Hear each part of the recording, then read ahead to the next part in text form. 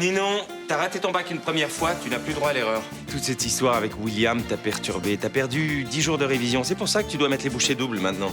Je sais, tu me le répètes 100 fois par jour. À 15 jours du bac philo, on pourrait rêver mieux comme ambiance. Tu serais vraiment prêt à tout pour que je l'ai, mon bac. Jonah, s'il te plaît. J'ai besoin de me concentrer. C'est vrai que chômeur, c'est pas un bon exemple pour le bébé. C'est clair. Moi, les révisions, ça commence à me gaver, là. T'es la tronche à la classe en philo. Facile. Bah, la tronche en philo, en ce moment, elle sait plus où elle en est.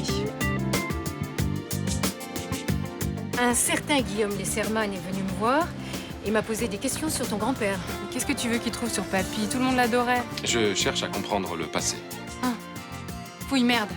C'est ça, votre job. Oh non, généalogiste. À mon avis, il s'agit tout simplement d'un escroc. Mais si elle n'assume pas le passé de son père, j'y peux rien. Mais c'est quoi ce passé? Qu'est-ce qu'il a fait pendant la guerre? Il a été collabo, ma chérie. Un collabo? Mais comment c'est possible, ça? Je crois qu'il a eu 2 vies.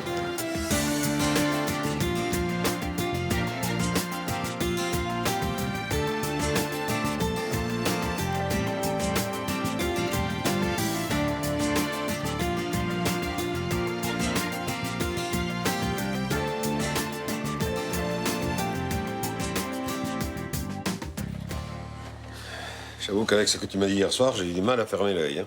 Moi, quand je dors, je fais toujours le même cauchemar. Depuis 60 ans? Oui. Mon père et ma mère sont assis au milieu des morts. Ma mère pleure, ma sœur crie. Je vais aller les rejoindre, mais mes jambes ne portent pas, elles ne fonctionnent plus. Alors je me laisse tomber par terre. Et puis...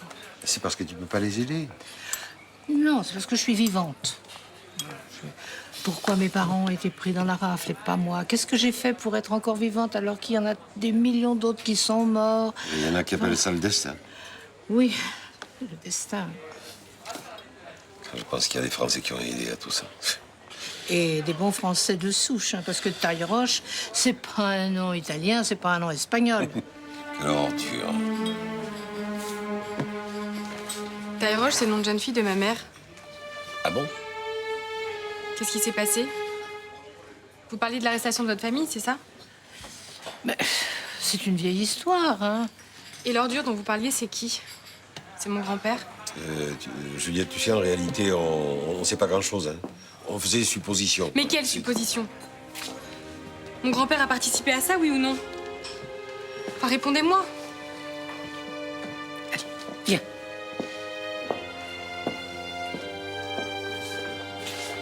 Écoute-moi. Non, c'est pas vrai, Rachel, c'est pas possible. Mon grand-père a pas fait ça. Si, il l'a fait, mais c'est pas de ta faute, tu n'y es pour rien. Mon grand-père était un assassin? Mais ça, c'est notre histoire, c'est pas la tienne. Toi, tu es l'avenir, pas le passé. Alors, j'ai aimé quelqu'un qui a envoyé votre famille se faire tuer. Mais c'est pas pour ça que tu es coupable. Enfin, ça monte de ma famille, son sang coule dans mes veines. Bon. Écoute-moi bien. Tu veux que je te dise ce que je vois?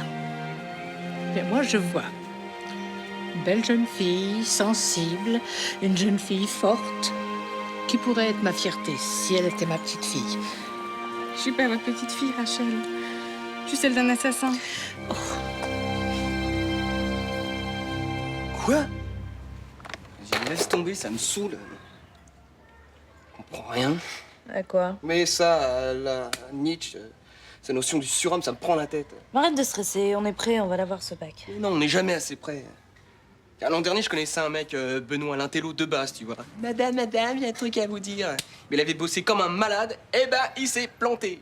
Ah bah ouais, mais toi t'as bossé, et bah tu vas l'avoir. Non, j'ai pas assez bossé, non.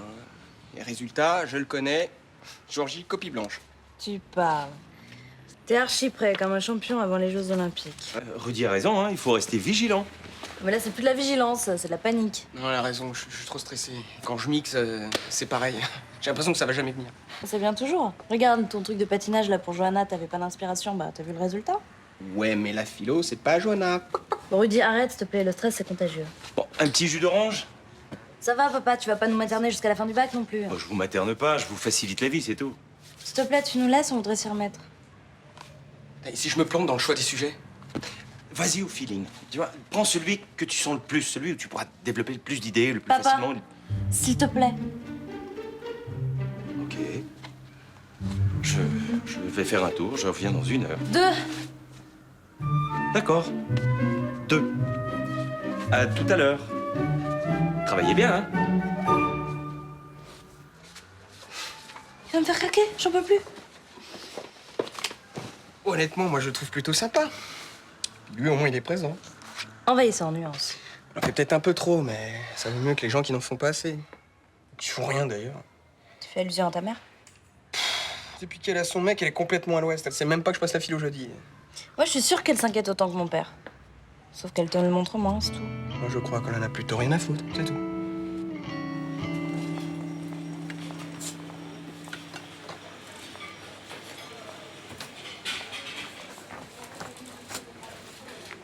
Et vise un peu le canon à tribord. Ouais, bof, faut voir. Quoi, tu le trouves pas craquant? Bon, d'accord, il est pas mal, mais bon. Les bellâtres, c'est devenu un problème, hein.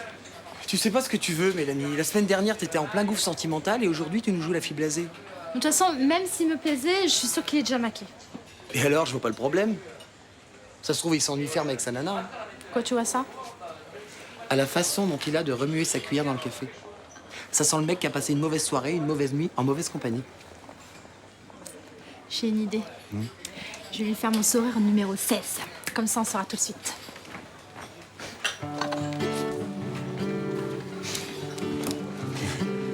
Ah ouais. Ouh, d'accord.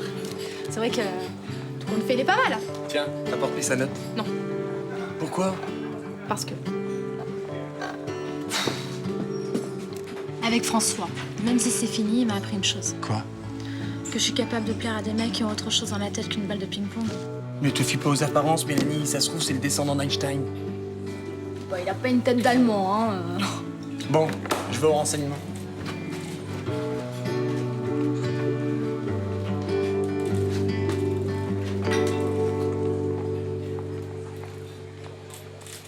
Maman, j'ai des preuves. Papy a envoyé des juifs dans les camps. C'est faux. Tout est faux, je te le jure. Alors soit Rachel Lévy est une menteuse, soit elle a tout inventé simplement pour nous faire chier. Ce sont des ragots, ma chérie, n'y pense plus. Mais papy est un collabo, un criminel. Comment veux-tu que j'arrête d'y penser? J'ai un rendez-vous. On en reparlera un petit peu plus tard. C'est trop facile. Hein. Je veux tout savoir, là, maintenant. La seule chose à laquelle tu dois penser, c'est au bac. Le reste ne doit avoir aucune importance. Aucune importance? Mais tu entends ce que tu dis? Ton père envoyait des gens dans les camps. Et toi, la seule chose qui t'intéresse, c'est que je ne rate pas mon bac. Ma chérie, il ne s'agit que de sales rumeurs colportées par des gens qui nous jalousent. Ah, tu défends papy, c'est ça? Ah, il a eu raison. Fallait nous débarrasser de tous ces youpins, c'est ça? Mon père est un homme bien. Je ne laisserai pas une vieille folle salir sa mémoire. Tu me dégoûtes. Cette femme te manipule, ma chérie. Mais arrête! Pour nous soutirer de l'argent, elle et son neveu sont prêts à tout. Comment tu peux dire des horreurs pareilles? Tu me dégoûtes! C'est ton père qui est à l'origine de tout ça. Pour se venger de moi. Passe ton bac. Après, tu penseras ce que tu veux.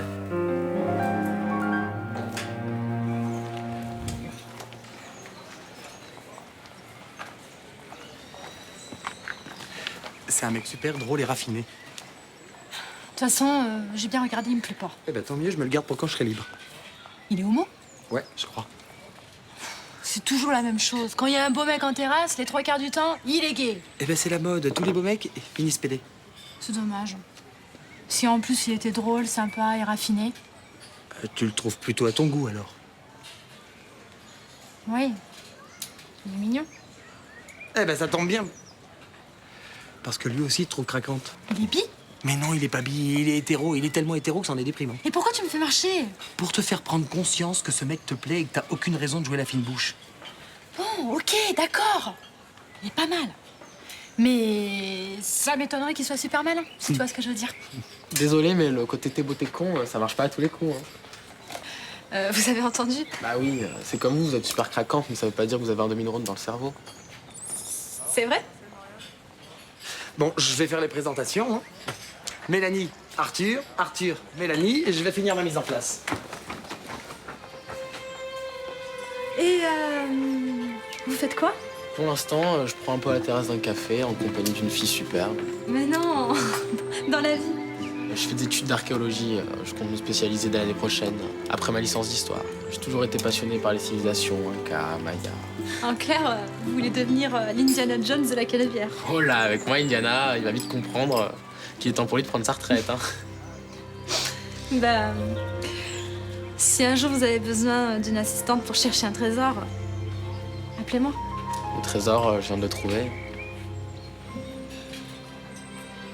La situation est critique, on commence à se méfier.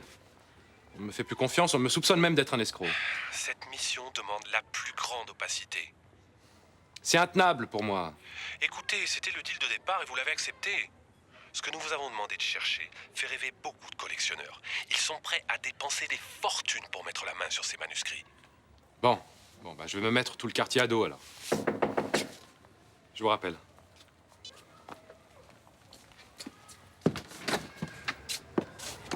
J'ai besoin de vous parler. Vous avez 5 minutes? Gérer son stress au quotidien.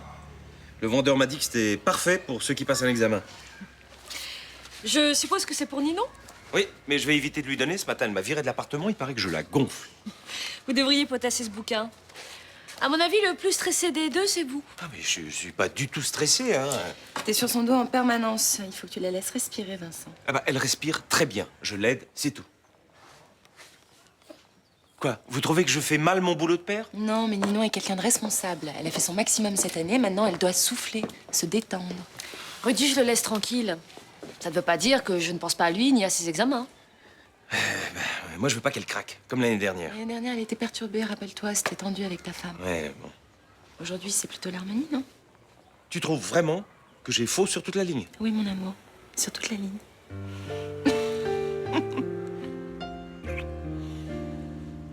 Je préfère aller droit au but et que nous ne perdions pas de temps. Combien? Pardon? Vous m'avez parfaitement bien comprise. Je peux savoir quel est le prix à payer pour que votre tante et vous arrêtiez de nous harceler. Non, on ne s'est pas très bien compris, madame J'ai Frémont. parfaitement compris ce que vous vouliez. Combien? Mais pour qui me prenez-vous? Pour un escroc de la pire espèce. Votre petit numéro l'autre jour pour me faire croire que je devais toucher un héritage. C'était moyennement honnête. Et puis vous vous attaquez à ma fille. Pas très élégant. Rangez votre carnet de chèques, madame Frémont, vous faites fausse route. Je ne crois pas, non. Je suis assez exercée pour repérer les bassesses de l'âme humaine. Figurez-vous que j'ai été à très bonne école. Tout ce que je cherche, ce sont des objets qui ont appartenu à la famille Schulman. Et vous croyez que c'est en accusant gratuitement mon père qu'ils vont réapparaître? Toutes les pistes nous ont menés à lui. Et ça, nous n'y pouvons rien. Ni vous, ni moi. Tout est faux. Archi faux. Jamais, vous m'entendez? Jamais mon père n'aurait volé les biens de famille déportée. Je ne demande qu'à vous croire, madame Frémont. Mais pour l'instant, tout le monde pense qu'il est coupable.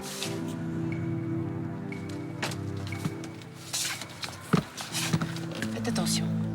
Vous ne savez pas ce qu'une femme peut faire pour protéger sa famille.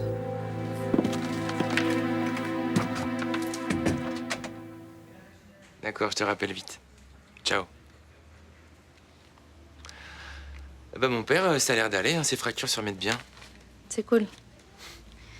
Le mien, en ce moment, il me stresse. Oh mais oublie-le, le tien. C'est bon, t'as bossé, ton cerveau c'est une vraie encyclopédie, tu l'auras ton bac. Hein. J'ai fait des impasses. Bon, des petites impasses, d'accord, mais enfin, on sait jamais. Hein. Ouais, mais les impasses, moi j'en avais fait aussi, c'est pas ça qui m'a empêché d'avoir le bac. Hein. Et du premier coup. T'as passé ton bac, toi? Tu me l'avais jamais dit? Ah bah, les examens, c'est pas interdit aux aveugles. Hein. Et comment ça se passe? Ah, et ben t'es tout seul dans une pièce avec un accompagnateur et tu écris sur un ordinateur avec un terminal en braille. Et le gros avantage, c'est que tu as un tiers de temps en plus que les autres. Et ouais, mais ta copie, après, t'en fais quoi? Eh ben, ta copie, quand t'as fini, l'accompagnateur, il la recopie pour préserver l'anonymat, c'est tout. T'imagines si je le rate encore? Qu'est-ce que je fais? Tu attaques ton père en justice. Échec au bac, monsieur le juge. Non, il s'en remettra pas. Ah non, là, il est bon pour les antidépresseurs à haute dose. En fait, j'en peux plus du lycée. J'ai envie de devenir journaliste, de gagner ma vie, d'être indépendante. Devenir une grande fille, quoi. Loin d'un père collant. Tu vois, rien que pour ça, je l'aurais, mon bac. T'es en quelle année de fac d'histoire? En licence. T'as déjà une spécialité? Ouais, l'histoire du bassin méditerranéen. Wow. J'adorerais connaître l'histoire de Marseille. Les monuments, les rues. Tu te rends compte que je passe tous les jours devant plus de 2000 ans d'histoire et que je sais même pas encore qui a fait quoi? Pas de problème, je connais très bien l'histoire de la région. Si t'as des questions, n'hésite pas.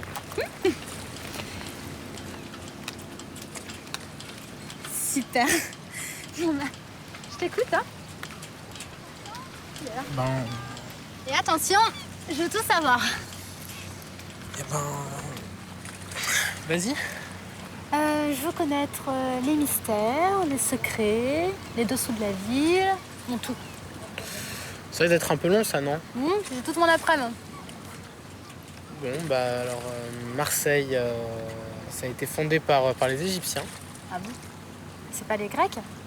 On a toujours dit que c'était les Grecs et les Phéniciens. Ils avaient donné le nom de Massalia, c'était en 600 ans avant Jésus-Christ. Enfin, je crois. Effectivement, c'était les Grecs, mais en fait, parmi eux, il y avait aussi des Égyptiens, et ça, il y a peu de gens qui le savent. Ah bon. Mais pourquoi il a fait ça? Ces gens lui avaient rien fait. Mais personne ne peut comprendre. C'est trop horrible ce qui s'est passé à l'époque. La famille de ma mère n'est qu'une bande d'enfoirés. Je veux plus les voir, hein, plus jamais. Essaye de prendre un peu de distance. Mais j'y arrive pas. Pense à l'avenir. T'as le bac, là. Je m'en fous du bac. Pense à nous, alors. Quand tu seras étudiante, on pourra se débrouiller tout seul, et puis tu pourras tous les envoyer se faire voir.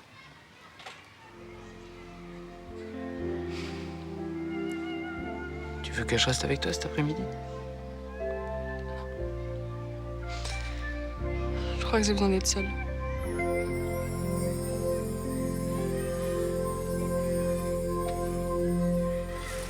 Je suis pratiquement sûre que ce sont les Phéniciens qui ont fondé Marseille et pas les Égyptiens. Et pourquoi t'es aussi sûr de toi? François, mon ex, travaille dans une boîte qui s'appelle Phénicie. Je vois pas le rapport. Ben, Phénicie et Phéniciens. François m'a raconté qu'ils avaient donné le nom à cette boîte en hommage au fondateur de Marseille. Attends, ton François, là, il est sans doute sympa, mais il a fait des études d'histoire, lui? Non, d'architecture navale. C'est là toute la différence. Moi, j'ai eu des informations qu'il n'a jamais eues. Je suis tombé sur une étude qui prouve que les Égyptiens se sont impliqués dans la région. Ah bon? On a retrouvé, même sur l'île du Frioul, un vase funéraire de la Haute-Égypte, époque des Ptolémées. Un seul vase funéraire, comme ça, tout seul. Pas de momie, pas de scarabée, ni de dieu à tête de chacal, rien. Non, mais c'est juste une preuve. Ouais. Alors pour vous, les historiens, il vous suffit d'un vase funéraire et hop, Marseille a été fondée par les Égyptiens.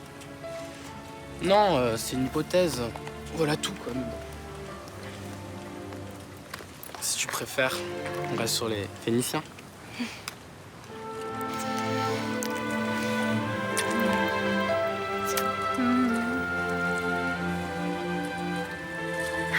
T'embrasses comme un dieu. Phéniciens ou Égyptiens?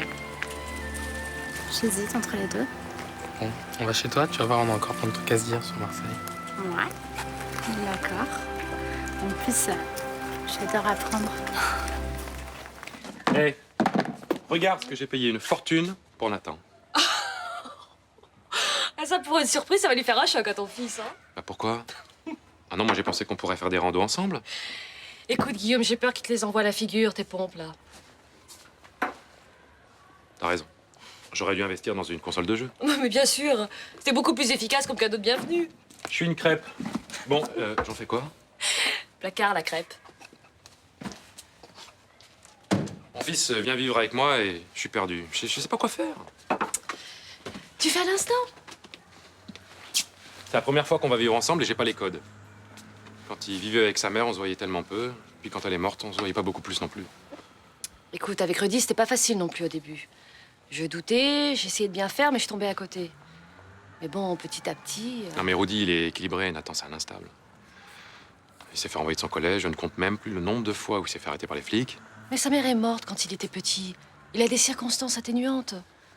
Tu es sa dernière chance, Guillaume. C'est lourd comme responsabilité. Ouais, mais il faut que tu la prennes. Tu n'as pas le choix. Et puis je suis là. Je t'aiderai. Enfin, j'essaierai, hein, mais je te promets rien. Je préférais qu'on lui dise rien à propos de nous deux. Ah? Et quand il rentrera à l'improviste, j'irai me cacher dans le placard? Non, mais j'aimerais qu'on ait une relation entre lui et moi avant de lui dire qu'il y a une femme dans ma vie. Comme tu le sens. Ce sera pas long, un mois. Ouais, mais nous, on fera comment? Nous, on fera l'amour derrière les portes cochères ou dans les cages d'escalier. Pourquoi pas? Ça a son charme.